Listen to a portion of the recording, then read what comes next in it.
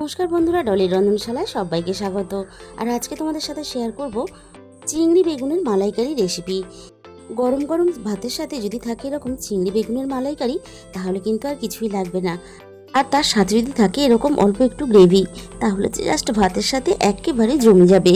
তাহলে আজকে রেসিপিটা দেখে নেওয়া যাক কী কী লাগছে। আমি এই রান্নার জন্য একটা মাঝারি সাইজের বেগুন আগে থেকে খোসা ছাড়িয়ে এরকম ছোট ছোট টুকরো করে কেটে রেখেছিলাম। এবার আমি সমস্ত বেগুনগুলো জলের মধ্যে দিয়ে কিছুক্ষণ ভিজিয়ে রেখে দেবো, যাতে বেগুনের থেকে কালো কষটা বেরিয়ে যায়। আর এই রান্নার জন্য কী কী লাগছে তাহলে দেখে নেওয়া যাক। আমি এখানে দেখো চিংড়ি নিয়েছি মাঝারি সাইজের। আর এই রান্নাটা কিন্তু যে কোনো সাইজের চিংড়ি দিয়েই তোমরা করতে পারো। শুধু যে এরকম বড় সাইজের চিংড়ি দিয়ে করতে পারবে তা নয়, যে কোনো সাইজের চিংড়ি দিয়ে করলেই খেতে ভালো লাগবে। এবার আমি চিংড়ির মধ্যে স্বাদ মতো লবণ দিয়ে দিলাম। আমি এখানে চিংড়িগুলো লবণ দিয়ে শুধু এখন মেখে নেব। আমি এখানে কিন্তু এখন হলুদ ব্যবহার করব না। আমি এখন চিংড়িতে লবণ দিয়ে শুধু মেখে রাখছি কেন, সেটা কিন্তু আমি তোমাদের রান্নার সময় বলে দেব। সমস্ত চিংড়িগুলো আমি লবণ দিয়ে মেখে রেখে দিলাম। এবারে তাহলে রান্নার দিকে যাওয়া যাক। আমি কড়াইয়ের মধ্যে প্রথমে আমি প্রয়োজন মতো সর্ষের তেল দিয়ে দিলাম। আর এই রান্নাটা কিন্তু অবশ্যই সর্ষের তেলে করার চেষ্টা করবে, কারণ সর্ষের তেলে রান্না করলে এর স্বাদ কিন্তু আরও বেশি বেড়ে যায়। এবার আমি সমস্ত চিংড়িগুলো তেলের মধ্যে দিয়ে দিলাম। আর এই চিংড়ি রেসিপিটা তোমরা যদি কোনোদিন না বানিয়ে থাকো, অবশ্যই একদিন ট্রাই করবে। ঘরে থাকা সমস্ত উপকরণ দিয়ে এই রেসিপিটা কিন্তু তোমরা খুব সহজেই বানিয়ে নিতে পারবে। আমি চিংড়িগুলো তেলে দেওয়ার পরে মিনিট 3-4 মতো একটু নাড়াচাড়া করে প্রথমে ভেজে নেব। চিংড়ির কালারটা একটু চেঞ্জ হয়ে এসেছে। এবার আমি চিংড়ির মধ্যে প্রয়োজন মতো হলুদ গুঁড়ো দিয়ে দিলাম। এবার আমি চিংড়িটা নাড়াচাড়া করে হলুদটা খুব ভালোভাবে চিংড়ির সাথে মিশিয়ে দিয়ে চিংড়িগুলো আমি 5-6 মিনিটের মতন আরও একটু ভেজে নেব। আর চিংড়ি ভাজার আগে যদি আমি লবণ হলুদ দিয়ে মেখে নিয়ে ভাজতাম, তাহলে কিন্তু চিংড়ি থেকে যে হালকা জল বেরোয়, সেই জলটা বেরোনোর সাথে সাথে হলুদ আর লবণের জন্য চিংড়িগুলো কড়াইয়ের মধ্যে আটকে যেত, আর চিংড়িগুলো এত সুন্দরভাবে ভাজা যেত না। সমস্ত চিংড়িগুলো আমার ভাজা হয়ে গেছে। আর চিংড়িগুলো দেখো কড়াইয়ের গায়ে কিন্তু একটু আটকায়নি, সুন্দরভাবে গোটা গোটা অবস্থাতেই চিংড়িগুলো আমি ভেজে তুলে নিলাম। আর চিংড়ি কিন্তু কখনোই খুব বেশি সময় নিয়ে ভাজবে না, তাহলে চিংড়ির মধ্যে একটা শক্ত ভাব চলে আসে, এতে চিংড়ির স্বাদটা নষ্ট হয়ে যায়। ওই একই তেলের মধ্যে আবারও আমি প্রয়োজন মতো সর্ষের তেল দিয়ে দিলাম। তেলটা খুব ভালোভাবে গরম হতে আমি এখানে অল্প একটু ফোড়নে কালো জিরে দিয়ে দিলাম। তেলের মধ্যে কালো জিরেটা একটু ভাজা ভাজা হতে সুন্দর একটা গন্ধ বেরিয়ে আসার সাথে সাথে আগে থেকে আমি দুটো মাঝারি সাইজের পেঁয়াজ একেবারে মিহি করে কেটে রেখেছিলাম, সেই সমস্ত পেঁয়াজ কুচিগুলো আমি এখানে দিয়ে দিলাম। গ্যাসের ফ্লেমটা মিডিয়ামে রেখে এবার আমি ফোড়নের সাথে পেঁয়াজগুলো নাড়াচাড়া করে একটু ভেজে নেব। পেঁয়াজগুলো আমি খুব বেশি কিন্তু শক্ত করে ভাজবো না, বেশ একটু ভাজাও হবে আবার নরমও হবে, এরকম করে আমি ভেজে নিলাম। সমস্ত পেঁয়াজগুলো আমি দেখো এরকম একটু লালচে করে তোমাদের দেখিয়ে দিচ্ছি, ভেজে নিয়ে আমি রেডি করে নিলাম। এবারে আমি পেঁয়াজের সাথে দিয়ে দেব প্রয়োজন মতো আদা বাটা, আর এই সাথেই দিয়ে দেব প্রয়োজন মতো রসুন বাটা। আর এই রান্নাতে কিন্তু আমি রসুন বাটার পরিমাণটা একটু বেশি ব্যবহার করলাম, কারণ রসুন বাটা একটু বেশি ব্যবহার করলে তাহলে রান্নার ফ্লেভারটা বেশ ভালো আসে। গ্যাসের আঁচটা মিডিয়ামে রেখে পেঁয়াজ আদা রসুন আমি আবারও একসাথে সব কিছু নাড়াচাড়া করে একটু কষিয়ে নেব। এতে আদা রসুনের কাঁচা গন্ধটা চলে যাবে। সব কিছু একসাথে নাড়াচাড়া করে কষিয়ে নিতে দেখো পেঁয়াজটা কিন্তু আগের থেকে অনেকটা বেশ নরম হয়ে গেছে। এবার আমি এখানে কেটে রাখা বেগুনগুলো দিয়ে দেব। আর এই রান্নার জন্য বেগুন আলাদা করে ভেজে রান্না করার কোনো প্রয়োজন নেই। সমস্ত কেটে রাখা বেগুনগুলো আমি এখানে দিয়ে দিলাম। আর বেগুনের সাথেই আমি রান্নার একেবারে স্বাদ মতো লবণটা দিয়ে দিলাম। আর বেগুনের খোসা ছাড়িয়ে অবশ্যই এই রান্নাতে ব্যবহার করবে। বেগুনের খোসা মুখের মধ্যে পড়লে খেতে ভালো লাগবে না। আমি এখানে বেগুন 5-6 মিনিটের মতন একটু নাড়াচাড়া করে ভেজে নেব, এতে বেগুনটা বেশ নরম হয়ে আসবে।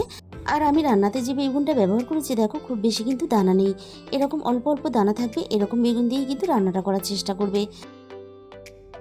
এবার আমি এখানে একটা ছোট সাইজের টমেটো পেস্ট দিয়ে দিলাম। আবারও আমি টমেটোটা সব কিছুর সাথে নাড়াচাড়া করে একটু ভেজে নেব, এতে টমেটোর কাঁচা গন্ধটা চলে যাবে।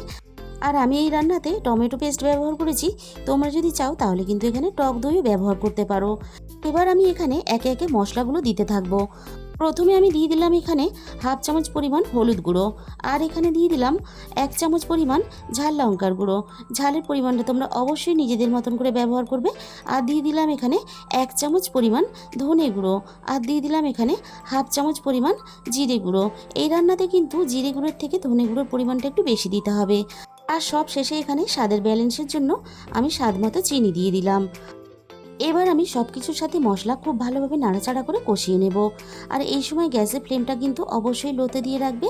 গ্যাসের ফ্লেম হাইতে দিয়ে মশলা কষালে তাহলে মশলাটাও পুড়ে যাওয়ার ভয় থাকবে, আর সাথে কিন্তু বেগুনগুলো গলে গিয়ে একেবারে কড়াইয়ের সাথে বসে যাবে। আমি মশলা খুব ভালোভাবে দেখো নাড়াচাড়া করে সুন্দর করে আমি এখানে কষিয়ে নিলাম। অনেক সময় বেগুন রান্না করার পরে দেখা যায় বেগুনের উপরটা সিদ্ধ হয়েছে কিন্তু বেগুনের ভিতরটা শক্ত একটা ভাব থাকে। তাই আমি এখানে মিনিট দুয়েকের জন্য লো ফ্লেমে ঢাকা দিয়ে দিলাম।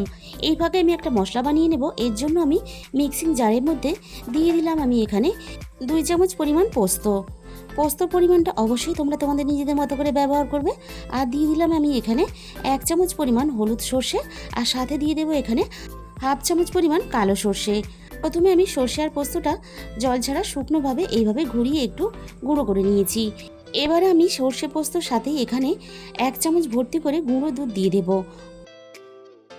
এবার আমি সব কিছুর সাথে অল্প পরিমাণ জল দিয়ে দেব। সর্ষে পোস্ত গুঁড়ো দুধ সব কিছু একসাথে আমি খুব ভালোভাবে একটা পেস্ট বানিয়ে রেডি করে নিলাম। আবারও আমি রান্নার দিকে চলে এসেছি, আর কড়াইয়ের ঢাকাটা আমি সরিয়ে নিলাম। আর একটু ঢাকা দেওয়ার জন্য মশলার পাকটা কিন্তু আরও সুন্দরভাবে রেডি হয়ে গেছে। আর সব কিছু আমি আবারও একটু নাড়াচাড়া করে নিলাম।